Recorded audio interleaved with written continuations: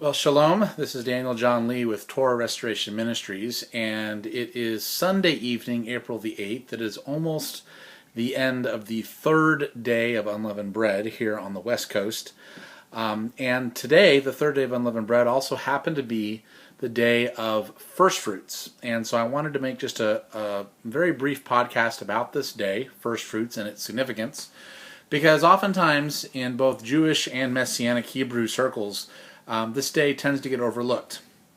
And it shouldn't be overlooked because it's an extremely significant day on the Hebrew calendar. If you open up your scriptures to Leviticus chapter 23, you'll find, of course, that chapter lists all 7 of the major feasts, starting with the Sabbath and going through Passover and on throughout the end of the feasts. When it talks about the Passover, it, of course, talks about the 7 days of unleavened bread. It talks about how the first day and the 7th day are high Sabbaths. And then there's an interesting passage right after that, which talks about the morrow after the Sabbath. Now, because of the context in the way it's presented just after the scriptures talk about the 7 days of unleavened bread. We are left to assume, and most Jews have assumed over the centuries, that when the scriptures talk about the morrow after the Sabbath, it's referring to the regular weekly Sabbath day that falls within the 7 days of unleavened bread. And so the morrow after the Sabbath, of course, it's always going to fall on a Sunday. But depending on when Passover occurs and when the 7 days of unleavened bread occurs, will determine when the day of the Firstfruits is. So it always occurs the morrow after the Sabbath. Now, the Firstfruits is extremely important agriculturally. And the reason why is, in order to begin the new year, you always have to wait for the new moon following the spring equinox. Now, why is that? Well, there's several articles at www.spiritandtorah.com that you can read about to find out why.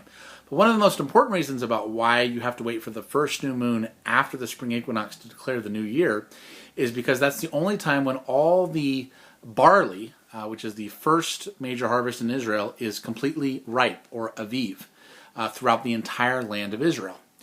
Now, why does all the barley have to be completely aviv or ripe throughout the entire land of Israel? Well, it's because of this day of Firstfruits. You see, when the tribes of the children of Israel come up to Jerusalem for Passover, they have to present the firstfruits of their barley harvest.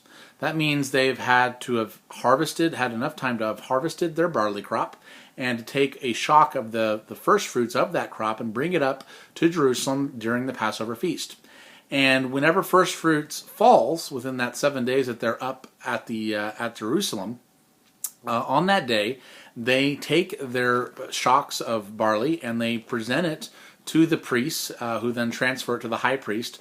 The high priest also symbolically would go out into the fields nearest Jerusalem and would harvest his first shock of barley from the fields outside of Jerusalem that the priest would tend to. And of course, now firstfruits this day is not considered a Sabbath. Because you wouldn't go out and harvest your barley or take your shocks of barley that you've brought up with you from your respective lands and present it to the priest on a Sabbath day. That's just not something you would do on a Sabbath day because it'd be considered work. One thing that's interesting that Jewish tradition talks about, and I like this Jewish tradition because it has scriptural roots, and that is the high priest could not be touched by anyone physically until he gathered those shocks of barley and waved them as an offering in the holy place. And the reason I say that tradition is scriptural is because if he were to go into the holy place, if anyone were to touch him before going into the holy place, he would be unclean. So no one was allowed to touch him before he went into that holy place and presented the wave offering of that barley harvest in the holy place on the day of firstfruits. On Sunday, essentially. Or it might even occur Saturday night, because remember, the day begins at night in the Jewish Hebrew calendar. So they could even do it Saturday night. Well, Yahshua fulfilled this because even though he resurrected on twilight at Sabbath, so just before the Shabbat ended, the morrow after the Sabbath, which would have been Sunday morning, even before it was light out, of course, the women discovered, and Peter and Yochanan discovered, that the tomb was empty. And remember, Joshua then had an appearance where he exchanged words with Miriam, and she recognized him and was reaching to embrace him, and he says, "No, don't touch me." The Gospels record that. And the reason he says, "No, don't touch me," is because he is fulfilling the day of first fruits. He is the high priest, and he is the first fruit from among the dead, and he has not yet ascended to the Father on that day to present himself as a wave offering of the first fruit among the dead to the Father. So he literally fulfills the day of first fruits. So, a lot of the Christians were celebrating Easter. Excuse me, I was just reaching for my Bible. But Easter is very pagan. It has nothing to do with the Scriptures. First fruits, of course, in every way, symbolizes and points toward Joshua, and Joshua fulfilled this day that was done by Jews for thousands of years. Let me just read real quickly here from Leviticus chapter 23. This is the only place in the entire Scriptures, Torah or otherwise, where this feast, or it's not really a feast, but this day is referred to. And it's in Leviticus chapter 23, starting in verse 9. "And Yahweh spake to Moshe, saying, Speak to the children of Israel, and say to them, When you come into the land which I give to you, and reap its harvest, then you shall bring a sheaf of the firstfruits of your harvest to the priests. He shall wave the sheaf before Yahweh to be accepted on your behalf on the day after the Sabbath, the priest shall wave it." So this would be Sunday every year.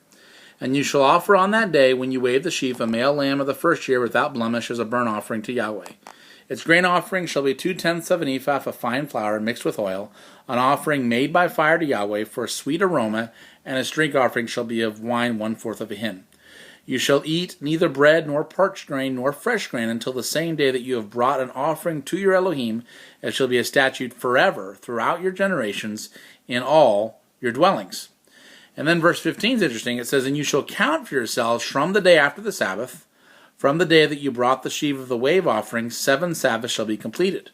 Count 50 days to the day after the 7th Sabbath, then you shall offer new." So then it goes into the Feast of Shavuot, which is the next major feast on the Hebrew calendar. So you can see first fruits this day, this year it was April 8th, Sunday. This is the day 1 of counting the Omer, and we count now 50 days, which will take us to May 27th, which will be the day of Shavuot. So first fruits is directly connected to Shavuot, and I actually have an article about that on the website. So that's another very significant point about first fruits. Now, Paul also, in the New Testament, the renewed covenant, refers to this day as well. You say, "Oh, I didn't know that." Well, he does. He refers to it very clearly, and that's in 1 Corinthians 15. See if I can find it here.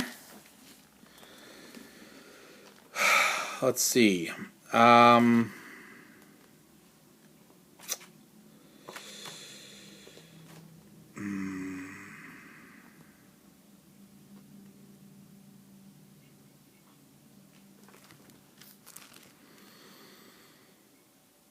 Let's see.